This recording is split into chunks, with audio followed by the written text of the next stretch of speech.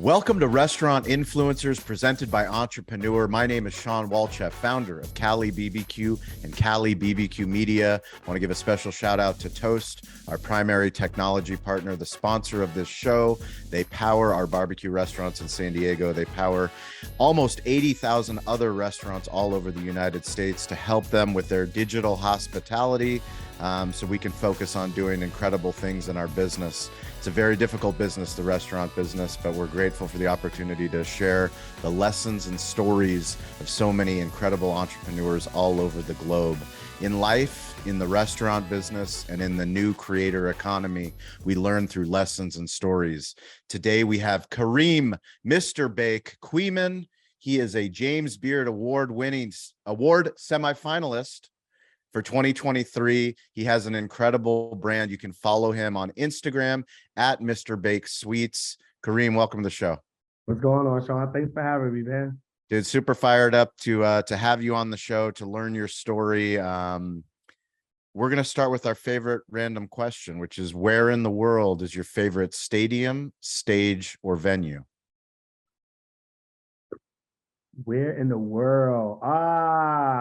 You know what? I'm gonna have to shout out my main city, New York. It's probably gonna have to be the new Yankee Stadium. I like the stadium. It looks lit, brand new, especially when I've seen the old and the new. I love it.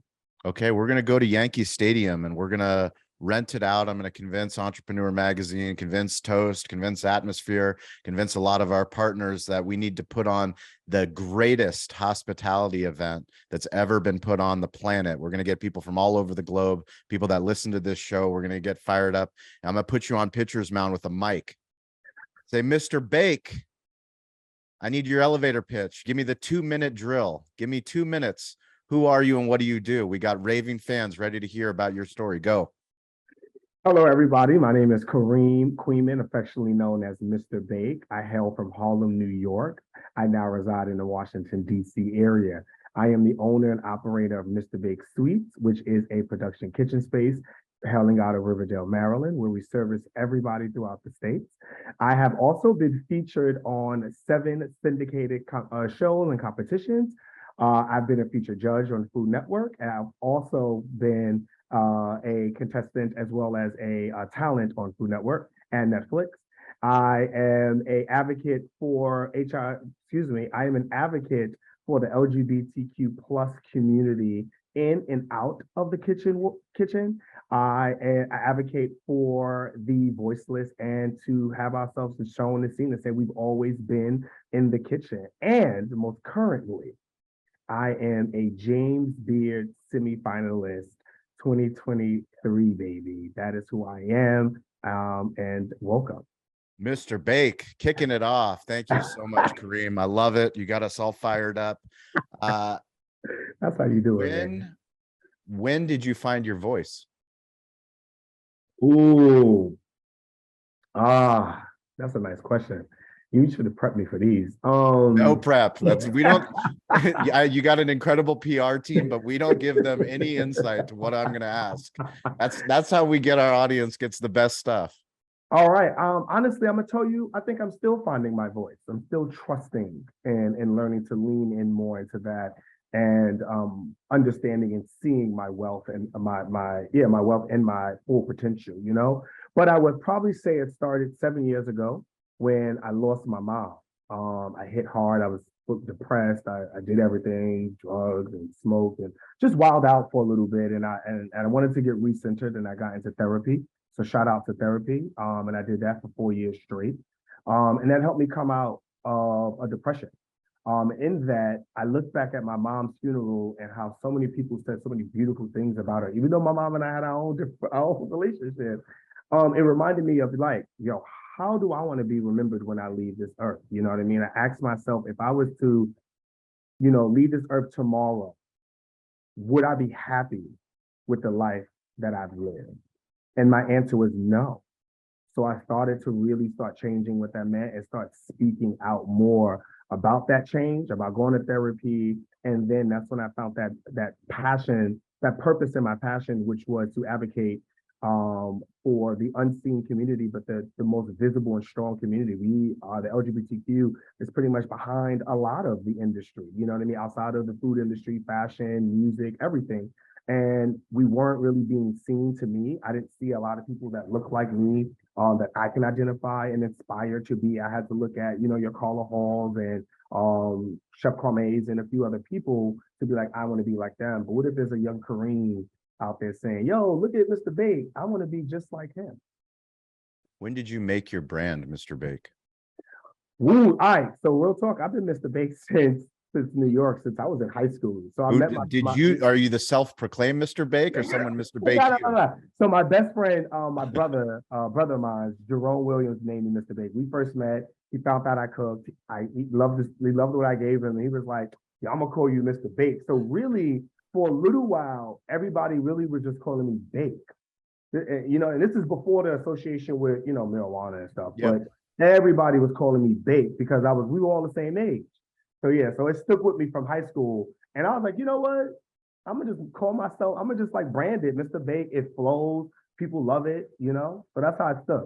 And when was that? What year was that? Shoot, that was early 2000s, bro. We talking So pre-social media. yes, yes. We're talking Pre-social media. 07. Yeah. Okay. Yeah. So Absolutely. when did you first get a social media account and start to lean into Mr. Bake? Actually, my first Instagram. It was Okay. When was that? What year was that? when did Instagram start up? 2010, 11, 12 or 2010, something? 2011 sounds like Yeah, that. yeah. So Don't quote around me that on that. time, It sounds like that. yeah. So when Instagram first started, let's say 2011, 2012, I was Mr. Bake. I actually put, I don't know, I try to be creative. I put the three backwards so it looked a little different or whatever. But I was always Mr. Bake. So, and then I already had like before I got my LLC and I was selling cakes to people. I already had business card that says, you know, Mr. Bake, Kareem Queeman under it.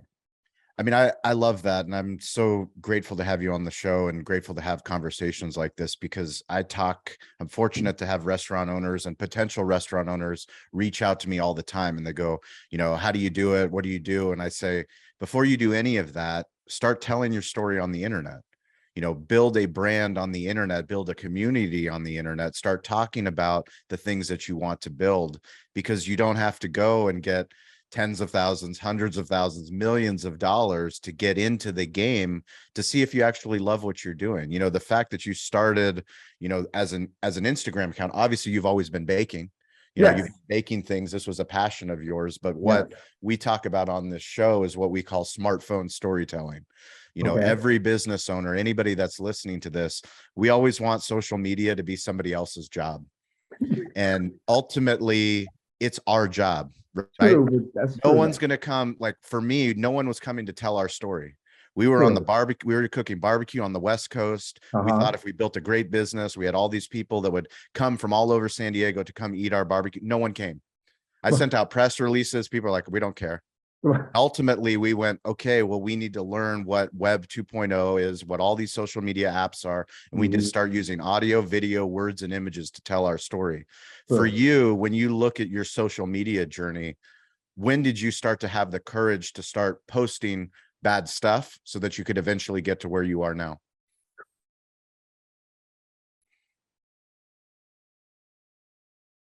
It was right after my mother passed. So that was 2018. She passed in 2017 that summer. 2018, when I decided to consciously and intentionally say I was going to blaze a trail for people in my intersections, is when I actually started to really talk. Like you, literally everything you just said, Sean, like seriously, I started to talk more about what I was doing or wanted to do to the right people. I started to actually lean into people that I knew, who were already doing the things that I saw myself doing, and just tap on their shoulder, tell them that I was interested in these things. How did they get started in these things?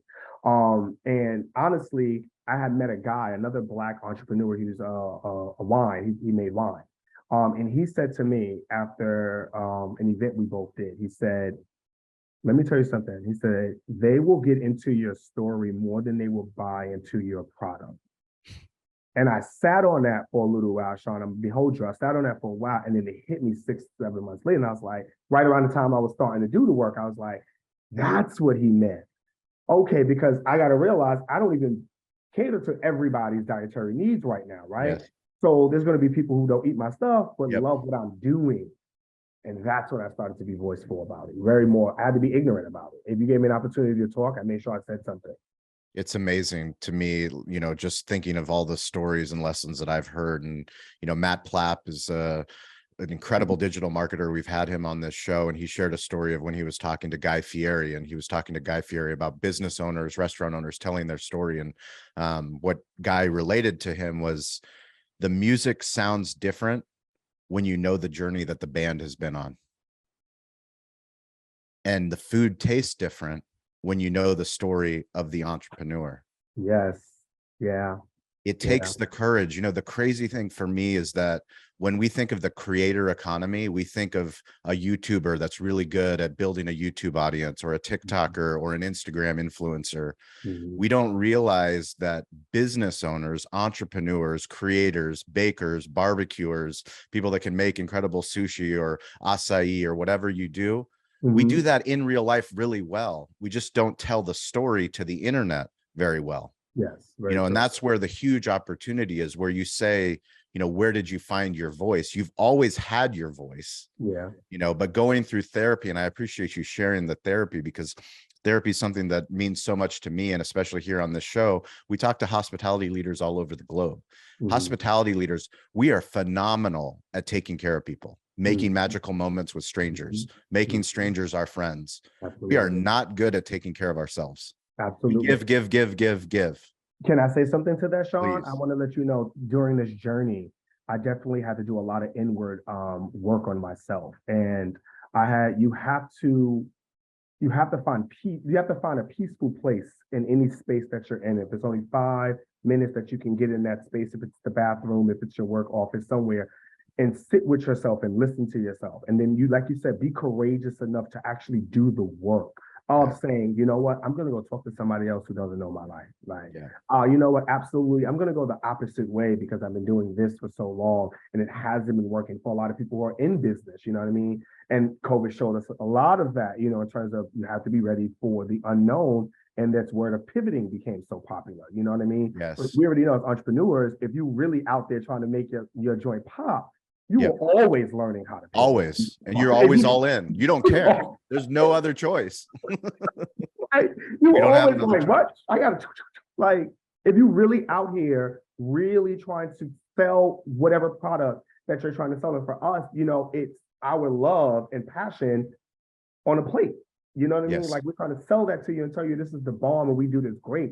You know what I mean? We already know what that means. So just to piggyback on you, you know what I mean? I had to do that work in order to show up authentically me in everything. You know what I mean? Throughout this journey, I've done, like I said, 5 competitions. I had to intentionally say, I'm going to be the loud version of myself. You know what I mean? Correct. The more expressive version of myself. You know what I mean? The more freer version of myself, because I have been mentally shackled. Yes. In society's chains of how and what a Black man is supposed to do. Well, first of all, a man, then a Black man, and then a gay Black man is supposed to do. You get what I'm saying? And I have to say, no, I can create my own lane in my own life so that I can live a peaceful one as much as I can in my days. What's incredible is when we're talking about hospitality and we talk about how hard it is to be selfish. Yes. But in order to truly be selfless and to inspire others, whether that's through what you bake or more importantly, through your story, you actually have to be selfish. And you have to have the courage to be the person. It's funny. I interviewed somebody on my other show, Digital Hospitality, and he's an incredible speaker, Daryl Stinson, and he coaches other speakers how to do keynotes. And one of the things he told me was, you have to have the courage to start a digital flash mob. I go, what are you talking about? Like, well, how do you start a flash mob? You have to be willing to be the crazy person in the middle of a public space that's jamming to the music. You're the only person that's vibing with the music.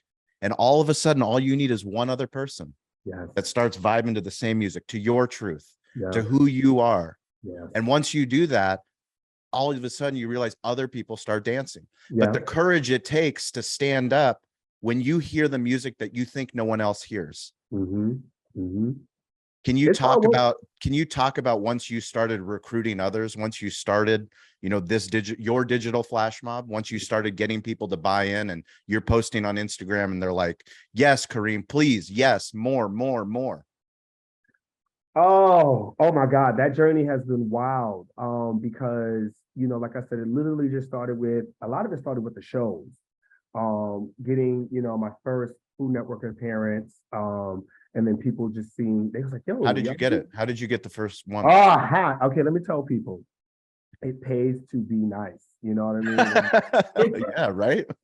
So a casting director hit me up, or a casting person hit me up and was like, hey, I can't cast you, but I want to know your network. Can you help me? So I sent her 5 people that I think will work. She said, great, these are great people. Thank you. Boom. She said, I got you. 3 months later, I'm at a wedding, and I'm literally about to like host the ceremony the end of the night. So I'm talking on her. She puts the whole application in for me. It's like, this is a great show for you. My girl Stacy is the next person in charge. She's gonna let you go through. You're gonna be great. I literally just skated into the show. Wow. And literally that's how it's been once I said this is what I was going to do intentionally.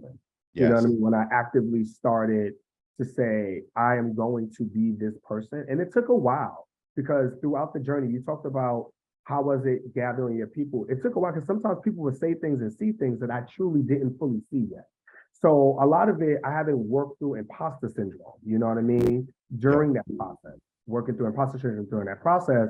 But I had people like pouring into me, somebody who worked for a magazine called YG magazine, and online subscription. She did a 3-page spread about me and put my story about, my plight about creating space or voice for the voiceless of queer Black folks in the kitchen. And from that, I then got an award from, oh my God, the Washington Business Journal, Washington, Wow. D.C. Yeah, in COVID, you know what I Yes. mean? Like in the heat of 2020, got this award saying, we want to tell your story because we believe your story needs to be voiced on a larger platform. This is like, and it came out of nowhere, you know what I mean? Well, it didn't come out of nowhere.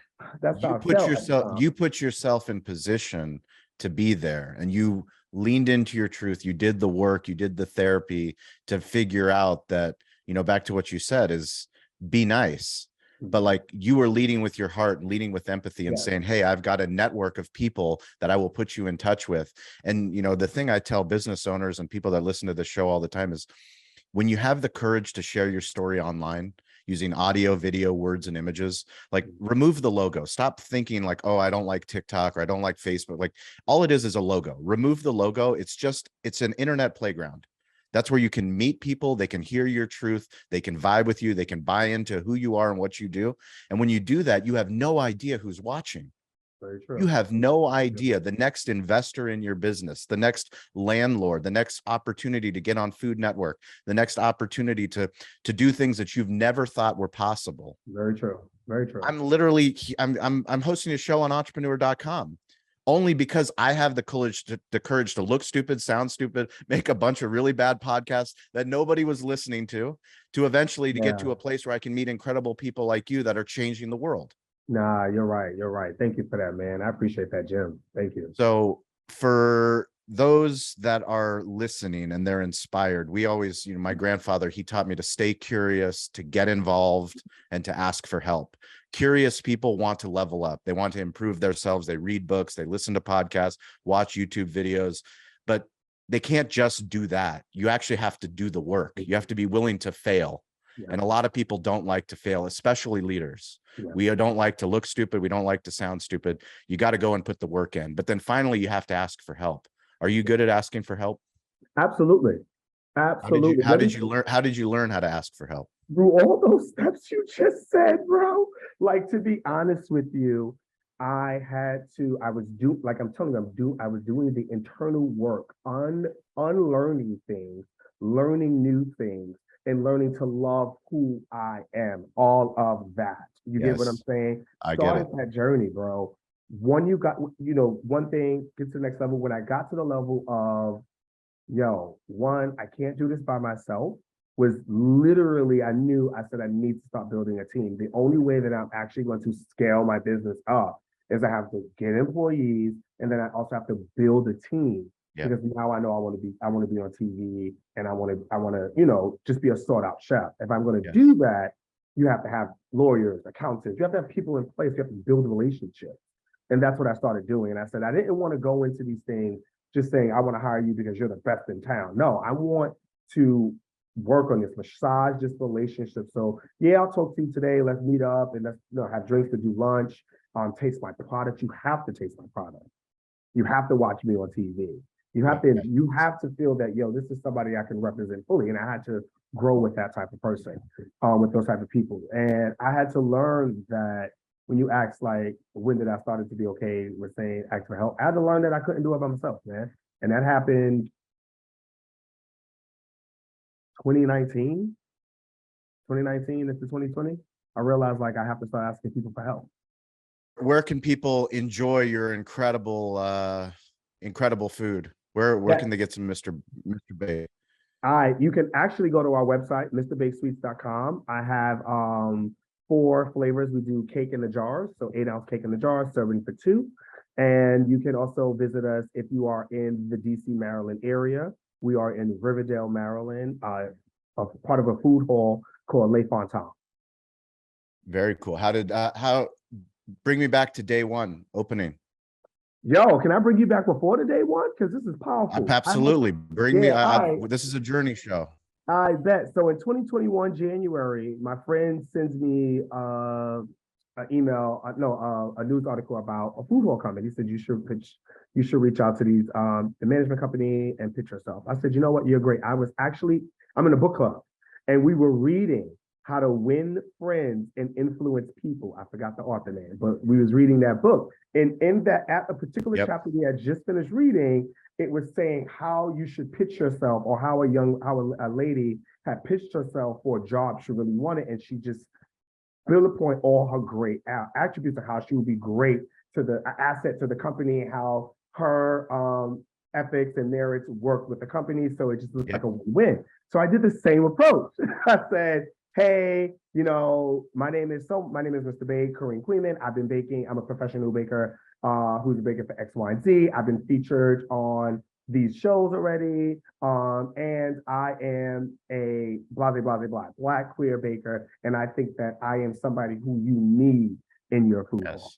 I love it. And we immediately had a conversation. I stayed on that journey until we opened. First day, we had technical issues on the first day. Well, welcome to the restaurant business. So we had technical issues. We were ready. When I tell you we were ready for the first day, bro, because we did like some soft openings.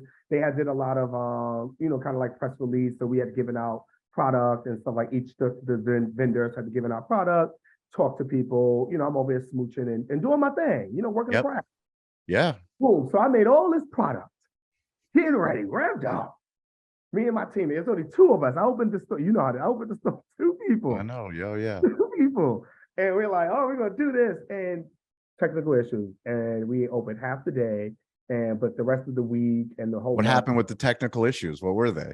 The system was on similar system to like Toast. So everything is a part of one hub. And it wasn't speaking correctly, if I remember. So the digital ordering, whatever digital ordering platform you guys are on, got it. Exactly. But it wasn't Toast, right? No, it was no. It wasn't Toast. No, it wasn't Toast. Yeah. If it was, I know people at Toast that would make sure that gets fixed. No, it needs to be Toast. Let me go tell. Yeah, exactly. It needs to be Toast. Well, I'll let them know. So, yeah. That's awesome. Well, congratulations on doing that. What have you learned now that people can buy from you every single day? It brought my love back of it. I'm not even gonna lie to you, bro. I was at a point where, I've been baking all my life. I literally started baking at 10 years old. Yep. It was a box cake, but I started baking at 10, and then literally gradually started baking from scratch because I had programs I went to in school. So started me baking from scratch, and then I was selling cakes in high school. Mm-hmm. So I've been doing this just so I can mark like how long I've been doing this. You know what I mean?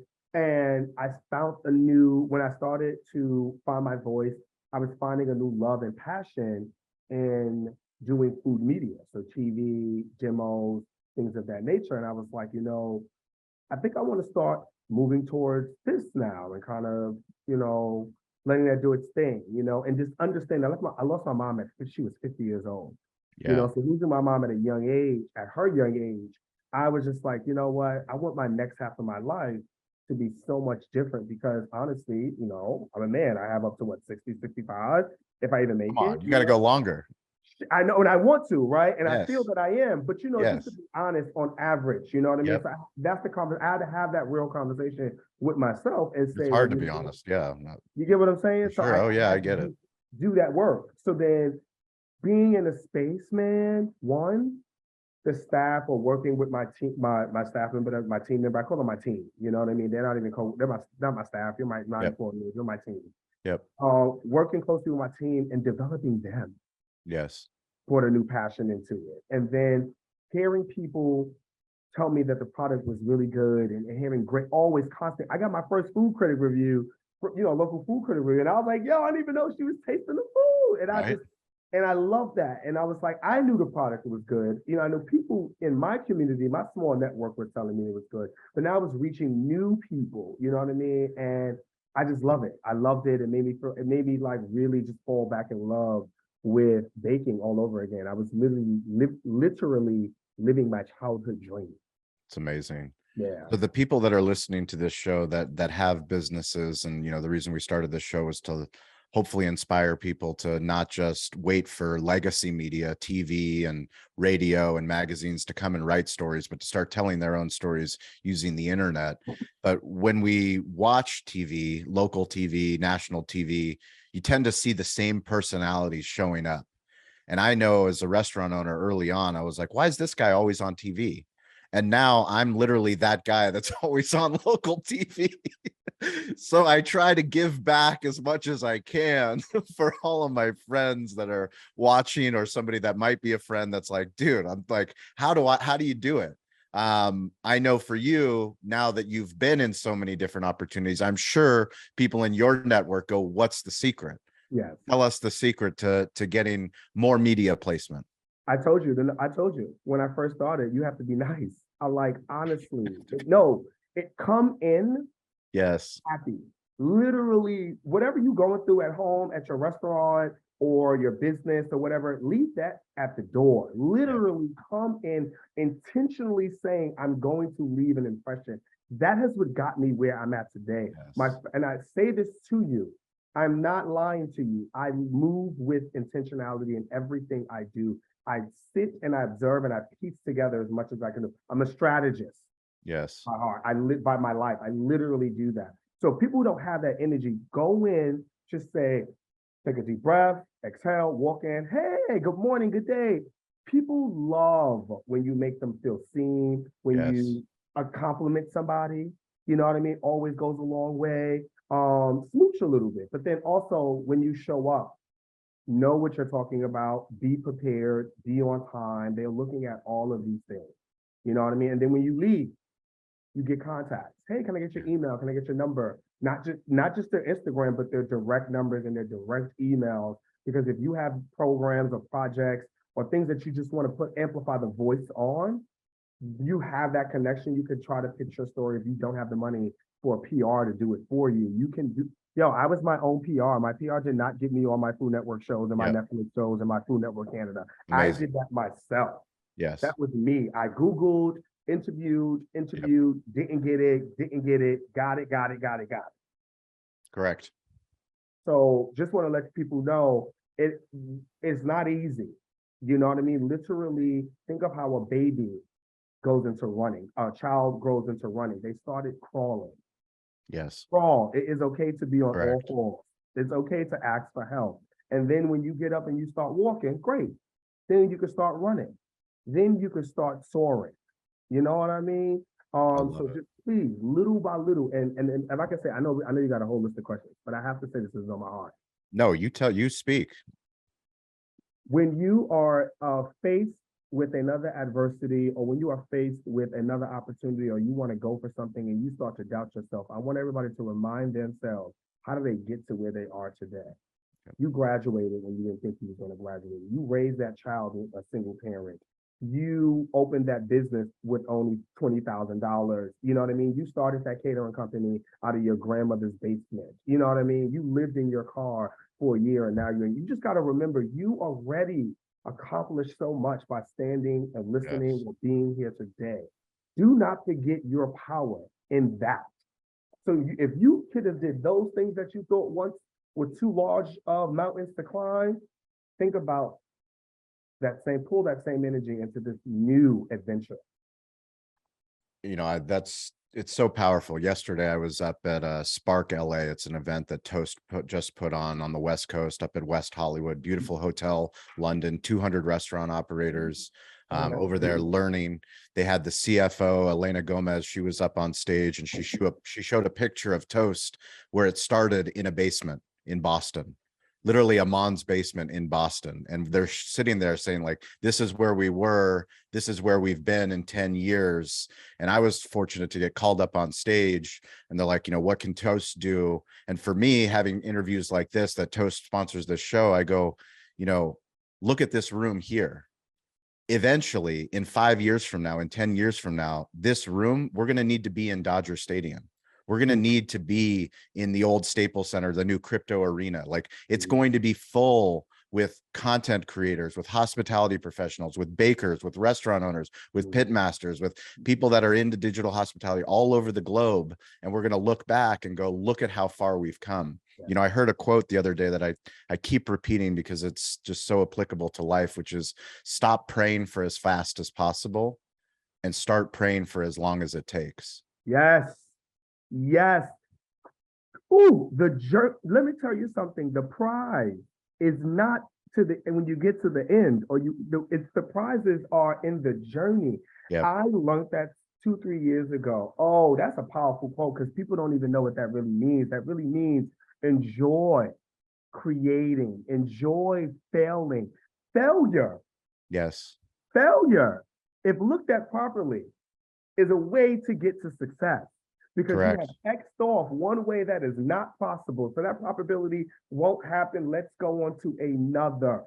Yes. That's But it goes back to what you talked about, and that goes to intentionality. If you don't have an intention of what you want and where you want to go, you can't bring the energy. What is your intention now? You want to be on media. Yeah. Are you creating your own media company? Because you have your own YouTube channel. Are we on TikTok yet? So, all right, two things. TikTok kicked me off for some reason. I think because They kicked you off? You need me to go talk? I need to go talk to somebody bro, on because I TikTok? wasn't really on it. I think that's really why. And so I got to go back and redo TikTok. I have been sleeping on it, but I've been thinking about it heavy. Secondly, yes, I am creating content now. Actually, I was just on Rachel Ray, and we Amazing. Thank you. And we had to, it was pre-filmed, so we had to film that ourselves. And I linked on a buddy of mine here in the DC area. And the way they was able to edit the content, he gave them so much great content that we both looked and was like, okay, we have to produce something else. We got to do more. We have a meeting actually this evening to talk about producing more content for myself. Because I did start the YouTube YouTube show just for that reason, and then kind of fell off because I was just doing a lot of things. But I'm going to start creating more content. You're absolutely right. That was my You're your own media company. Yeah. Oh, already in the longer, my cousin is a videographer, editor. I got a bunch of friends. It's already in the conglomerate. This is mass takeover. I know. This is mass. This is mass. We're very selective who we bring on the show. You know that. Thank you. It's very selective who we bring on the show. We have an opportunity, only one interview per week. There's only 52 weeks in a year that we get to share the best of the best. We put you on here for a reason, so that we can look back once this episode is published in 3 years, 5 years, and 10 years, be like, Kareem, why were you thinking so small? Look at what you built. look at what you've built, and you're right about that, bro. But now it's on the horizon, man. It's so much beautiful things, prepackaged goods, apparel. Like it's in the work. I've done a little bit of it, but I Yep, didn't really dive into it. And I'm going to go right back into it because it's already in the spirit and the soul. So it has to flourish out I because I love it. can't just sit on it. I I love can't it. die with that in me. So every single week on Wednesday and Friday at 10 a.m. Pacific time, 1 p.m. Eastern time, we meet on the social audio app Clubhouse. That gives us an opportunity for you, the listener, to download the app, come up on stage, tell us your story, speak your truth, no matter what you're building. If you're in the restaurant business, if you're a creator, if you're in sales, if you're in marketing, we have digital hospitality leaders all over the globe. It's an incredible community to help hold each other accountable. So I lead that group. We've got incredible leaders that show up every week. Please join us on that platform. Kareem, please give me a social shout out. So this is going to be on Entrepreneur. Tell me somebody that you want to give a little bit of love and attention to that's helped you get to where you are.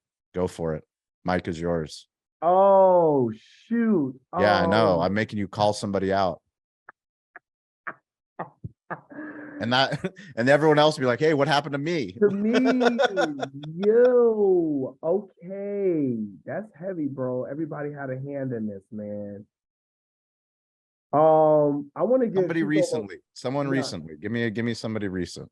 that help. Oh, I want to, I'm a super shout out my team, man. 1111. I'm a super shout out Vicky. Vicky came on with me 7 months ago, and glazed, like I kind of glazed my vision of what I wanted to create in this world. And she came back to me with a 3-page um typed write-up of how we're going to handle this. And she has been nothing but a gem and success for me. And it's always great to align myself with people that actually see my vision and want to see me flourish, man. And I'm just 100% grateful for her. I Seriously. appreciate that. Thank you. And for anybody that's listening to the show, give us some parting words of wisdom for somebody that's out there, they're doing their thing. And they're ready to what we call jump off the cliff. So most of the people that listen to the show are already leaders.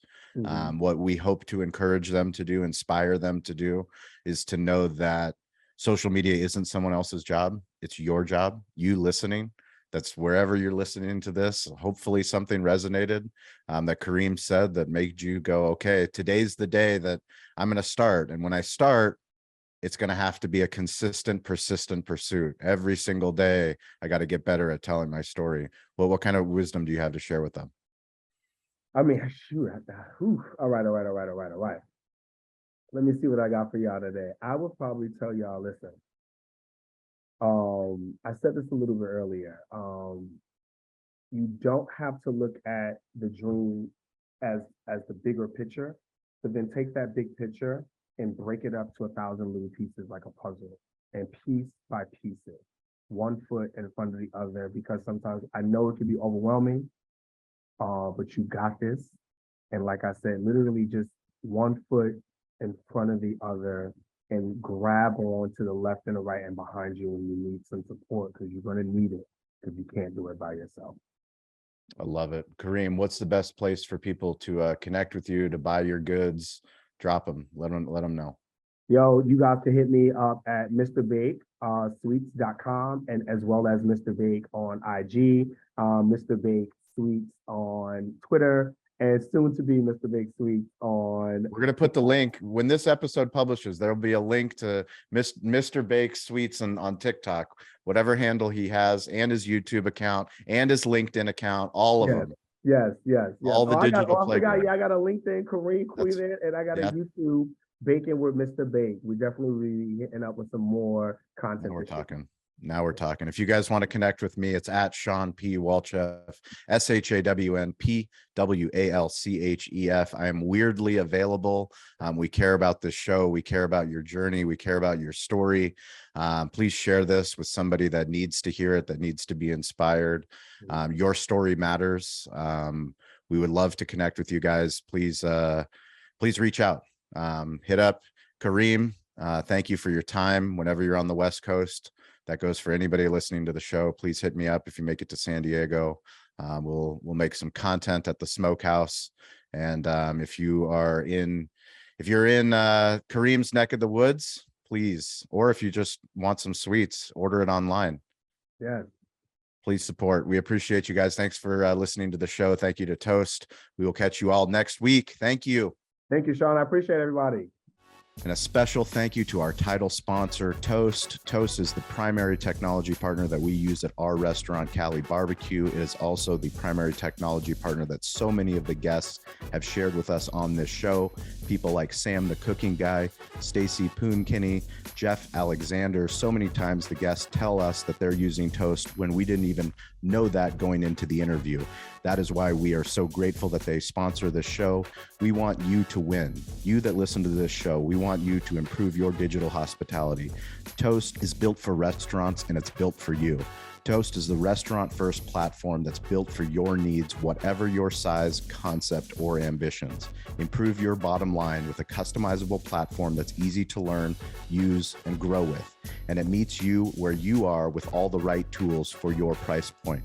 If you have any questions about Toast, please DM me at Sean P. Walchef, ShawnPWalchef. I will get you the link to the right Toast contact in your market. It's so important that if you listen to this show, that you win. We want you to be on this show eventually. Let us know that you heard the show, you heard about Toast, you implemented Toast, you did a Toast unboxing in your restaurant. Talk to us about how you've impacted your village, your city, your community. Share your Toast story with us. DM me today to learn more, and be sure to check out Toast.